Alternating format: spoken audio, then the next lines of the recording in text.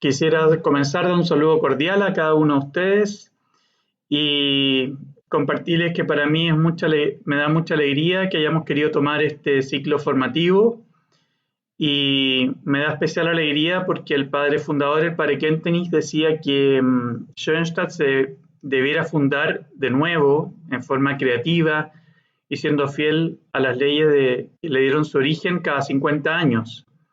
No se trata de repetir, sino de renovarnos, pero siendo fieles a nuestra historia. Y también un camino que él privilegió mucho de la formación dentro de Schoenstatt es hacer vital cada uno de los hitos de la familia de Schoenstatt. Es decir, apropiarnos de la historia de Schoenstatt porque ahí Dios irrumpió, nos regaló ciertos dones, ciertos momentos de gracia, y el regalo es que cada uno se incorpore vitalmente a esos hitos de la historia de Schoenstatt. El día de hoy vamos a comenzar por lo más básico, por el ABC. Vamos a comenzar por el acta de prefundación, que tiene más de 110 años, fue el 27 de octubre de 1912, y el padre Kentenich la denominó el acta de prefundación. Le puso este nombre porque en el fondo en ella está contenido en semilla gran parte, y podríamos decir que toda la espiritualidad de Schoenstatt en semillita. Después esto fue dando fruto y fue desarrollándose en alianza con Dios y la Mater, pero aquí está la semillita de que gran parte de Schoenstatt. Vamos a comenzar con nuestra presentación. ¿Qué es lo que es el acta de prefundación? Es la primera conferencia que dio el joven sacerdote José Kentenich a los seminaristas palotinos en Schoenstatt. Esta foto no es del 12, pero será del 14 o del 15, ¿ya? Allá está formada la congregación mariana. ¿Qué pasó? El padre Kentenich fue ordenado sacerdote en 1910 y a los 2 años de sacerdote le pidieron asumir la tarea de ser director espiritual del seminario de los padres palotinos. ¿En qué va a consistir esta pequeña charla que les voy a dar? Vamos a ver primero el contexto y antecedentes del acta de prefundación, después lo central del acta, que es el programa y propuesta de camino a espiritualidad que le hace el padre Kentenich a los seminaristas. Tercero, vamos a analizar ciertos trozos escogidos del acta de prefundación y al final vamos a hacer un resumen y conclusiones. Al final del resumen y las conclusiones podemos hacer todas las preguntas que queramos. Vamos con el primer punto, el contexto y antecedentes. Primero, el padre José Kentenich venía con su historia, una historia en su corazón con grandes intuiciones y anhelos. ¿Cuál es el contexto en el padre Kentenich? Primero, que él era un hijo natural y legítimo, criado en un orfelinato desde los 8 años y medio. Los primeros años se crió con sus abuelitos y después de los 8 años y medio estuvo en un orfelinato y después pasó al internado del Seminario Menor de los Palotinos. En segundo lugar, a él lo marcó profundamente y lo salvó interiormente su ser mariano, su amor a la Mater. También tenía varias enfermedades o limitaciones corporales. También psicológicamente él dice que tenía ciertas obsesiones de carácter intelectual en su juventud. Casi no fue ordenado sacerdote por dudas de su respeto a la autoridad y la obediencia, pero finalmente se revirtió eso y fue ordenado en 1910.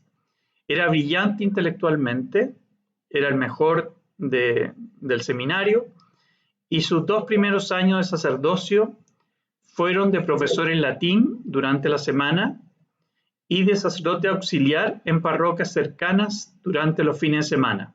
Él vivía en Schoenstatt, en Alemania, y en la semana era profesor de latín y los fines de semana le gustaba ir a ayudar a parroquias cercanas en confesiones y también seguramente en eucaristías. Como profesor de latín fue muy adelantado, fue muy novedoso en el sentido que daba mucha libertad, les daba confianza a los jóvenes, impulsaba la participación, no era meramente algo desde arriba hacia abajo, sino que los ayudaba a que descubrieran ellos mismos la gramática en latín, lo hacía hacer discusiones, debates en latín, y eso fue algo novedoso en el seminario donde tenía una pedagogía muy antigua. Bueno, segundo antecedente. El primer antecedente es lo que venía en el corazón del padre Kentenich. Aquí tenemos una foto, no sé si la alcanzan a ver, bastante antigua, donde arriba está un seminario en un círculo rojo. Este seminario se construyó en 1911, 10, por ahí no estoy seguro la fecha, pero era un seminario nuevo que construyeron los palotinos. Y en este seminario, que lo ven que es bien grande, ahora es una pequeña universidad, en este seminario los palotinos unieron a los seminaristas menores y los mayores. ¿Y qué ocurrió? Al unirlos bajo un mismo edificio, unificaron los reglamentos de disciplina y conducta y les impusieron normas muy estrictas también a los seminaristas mayores, bastante absurdas algunas que provocaron una pequeña rebelión. Abajo en amarillo está la capillita que después será nuestro santuario de Schoenstatt. Bueno, ¿qué pasaba en el seminario?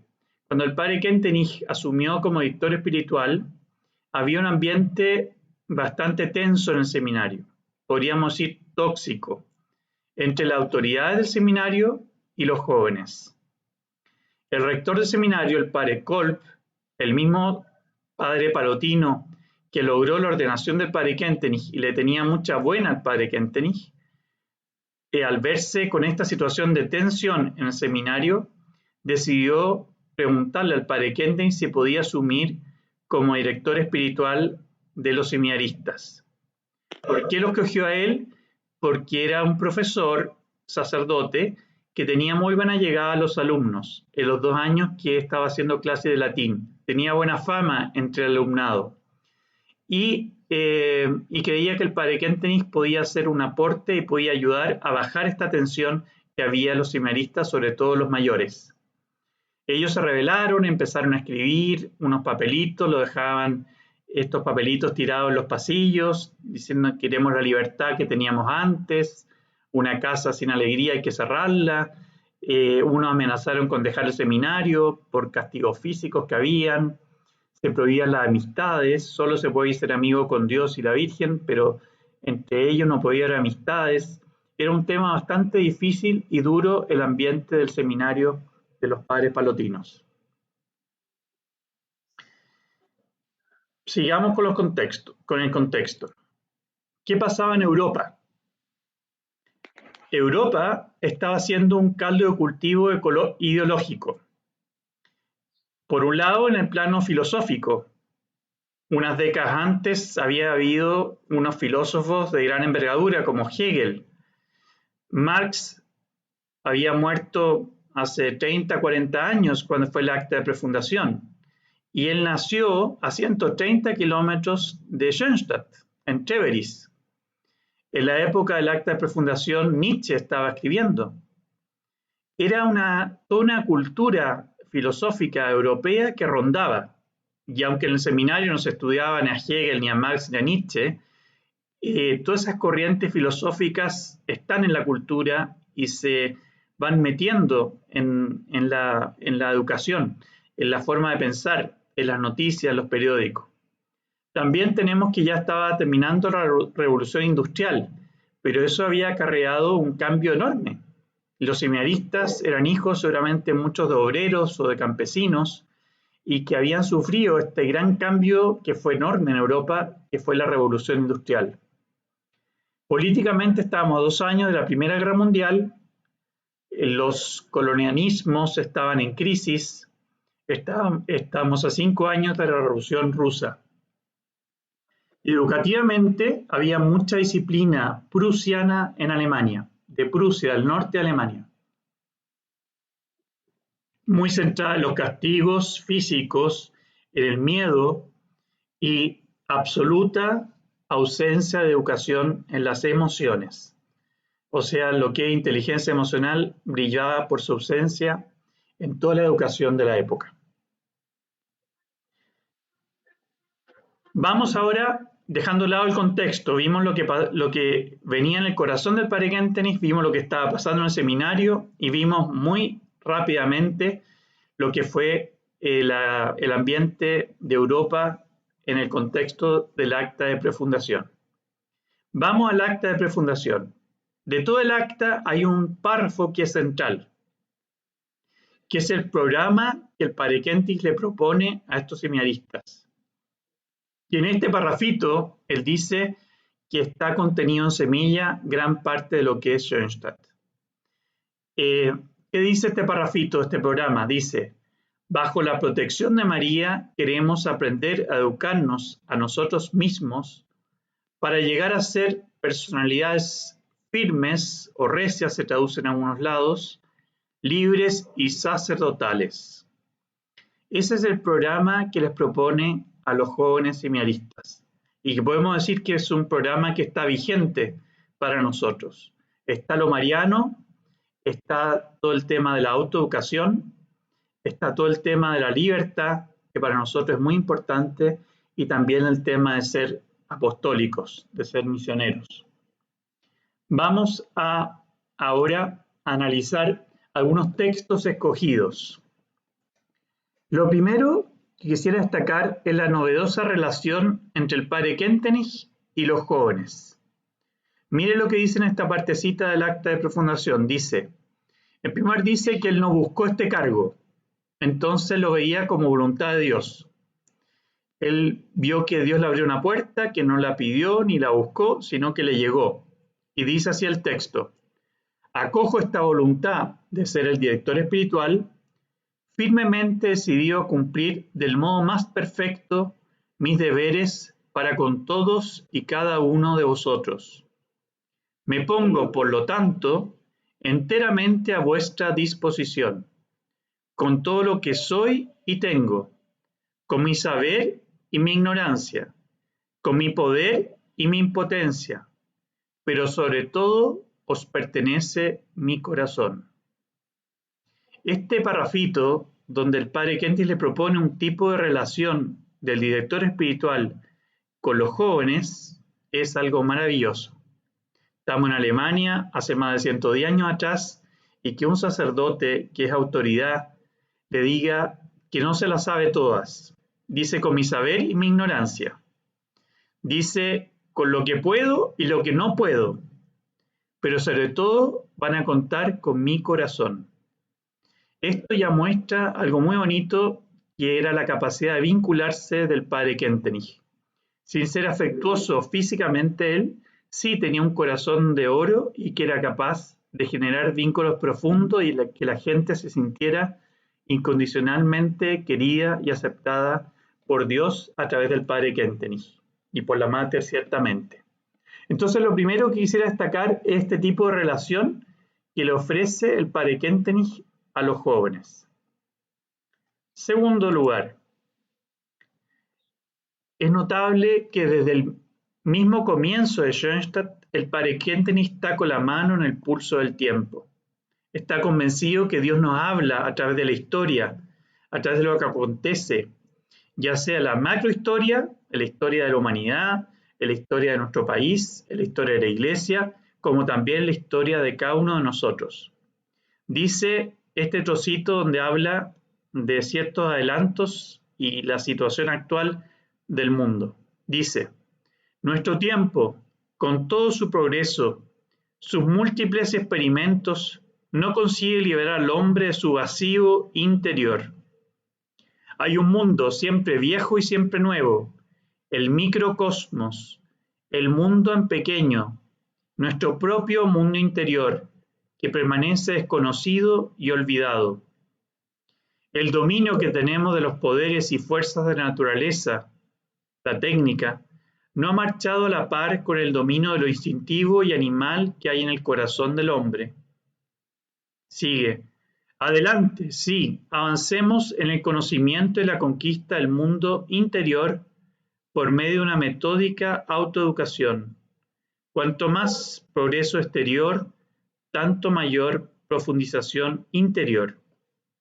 Él en otra parte dice, tenemos avances impresionantes para la época. Tenemos los trenes, tenemos el telégrafo, tenemos la luz, tenemos muchísimos adelantos tecnológicos. Y pregunta, ¿hay que rechazar todo eso? No, dice. Pero lo importante es que a medida que avanza la tecnología, la ciencia, el progreso exterior, que nosotros descubramos, conozcamos y manejemos en cierta forma nuestro mundo interior. Hoy en día esto ha avanzado mucho más. Pensemos lo que hace la Internet, lo que hacen los celulares, lo que estamos haciendo ahora, en que yo estoy en un país y muchos de ustedes están en otros países. Eso realmente es impresionante.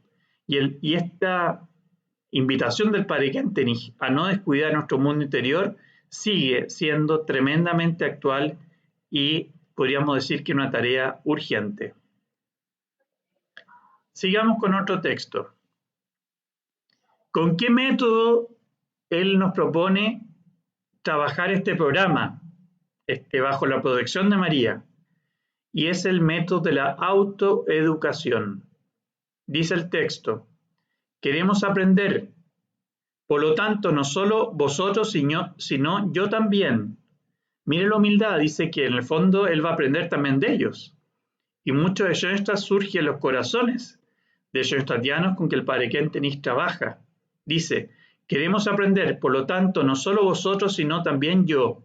Queremos aprender unos de otros, porque nunca terminaremos de aprender, mucho menos tratándose del arte de la autoeducación, que representa la obra y tarea de toda nuestra vida.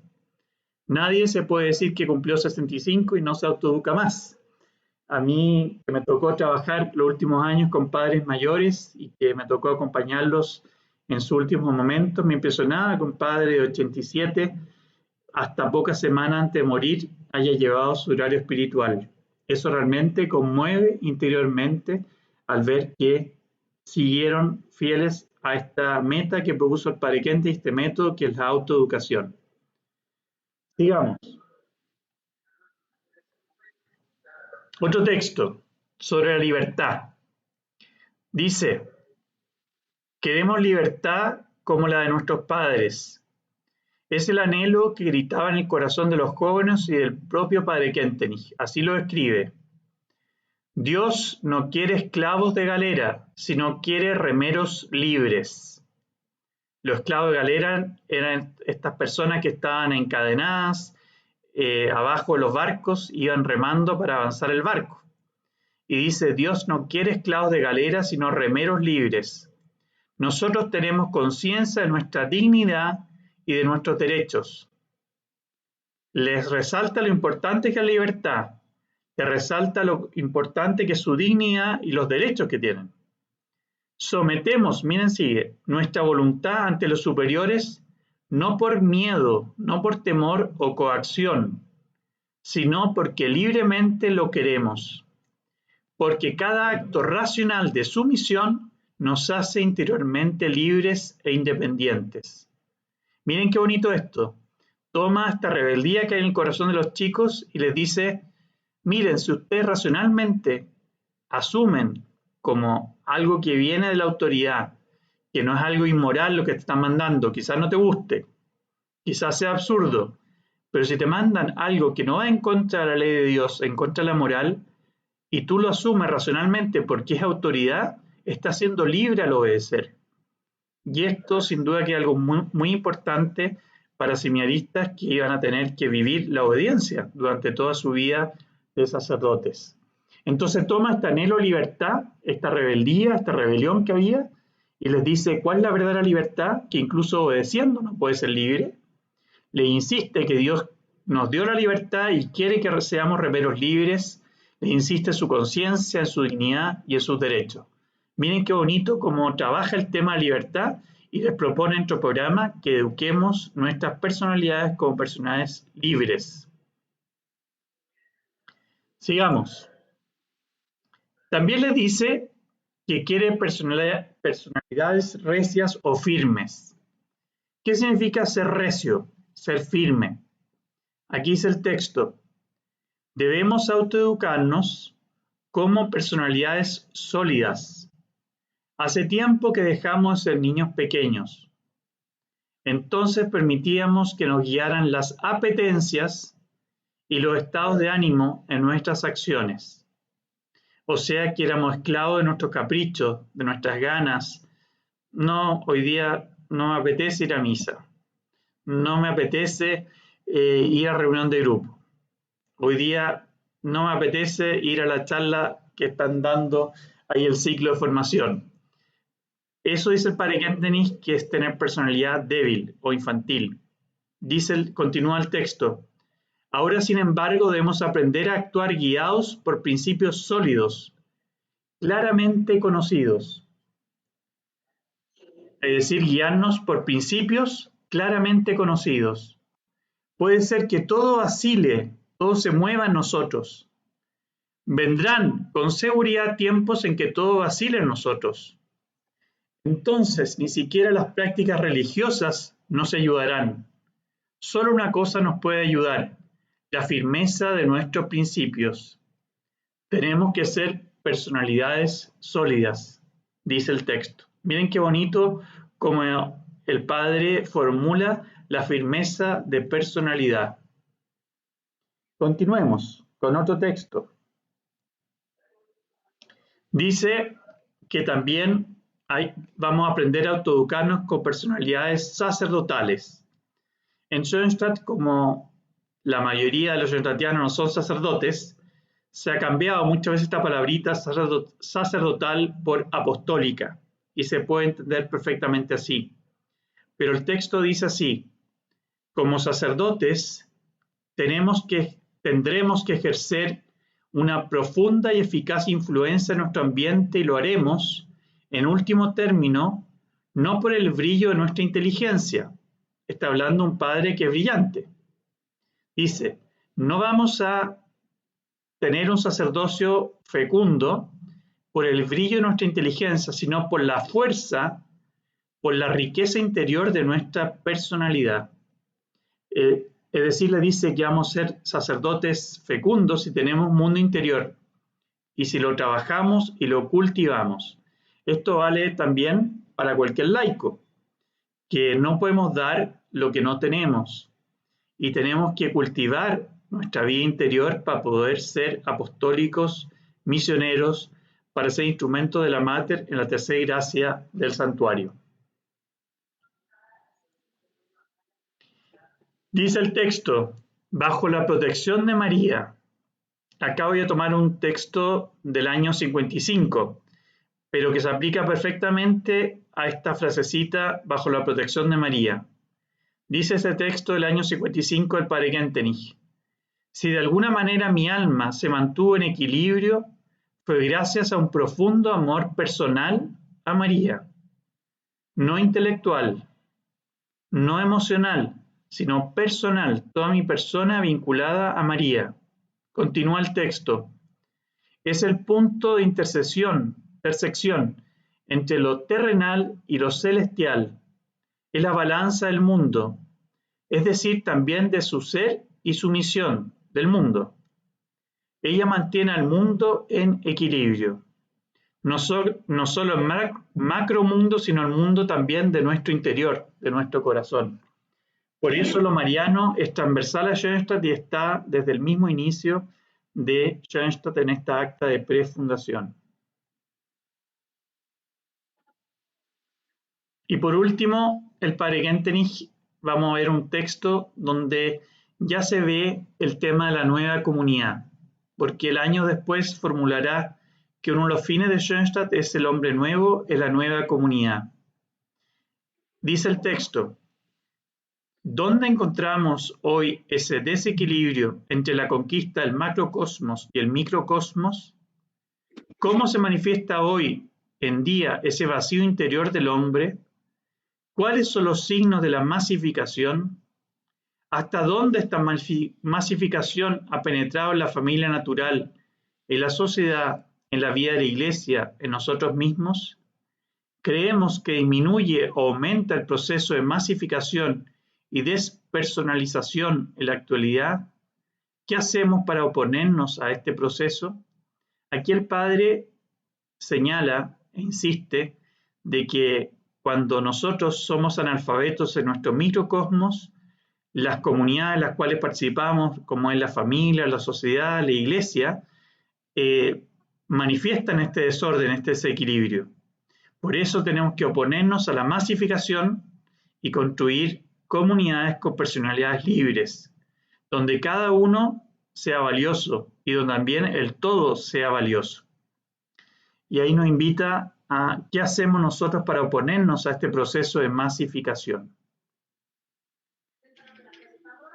Bueno, ahora vamos terminando. Quisiera hacer un pequeño resumen de lo que he tratado de exponer hoy día. Primero, decir que el acta de profundación fue dada en un contexto de crisis en Europa, de crisis en el seminario, y que el padre Kentenich estaba recién saliendo de su crisis juvenil. Él dice que se sanó en el contacto con los seminaristas y que lo salvó su vinculación a María durante toda su vida, desde niño hasta que murió. Y este acta de profundación podemos decir que es un pequeño resumen, está en semilla, en germen, todo Schoenstatt. Y sobre todo en este programa que les propone a los seminaristas. También se aprecia desde el inicio de la pedagogía de las vinculaciones, donde el padre Kentenich se ofrece él mismo, le entrega su corazón a los seminaristas.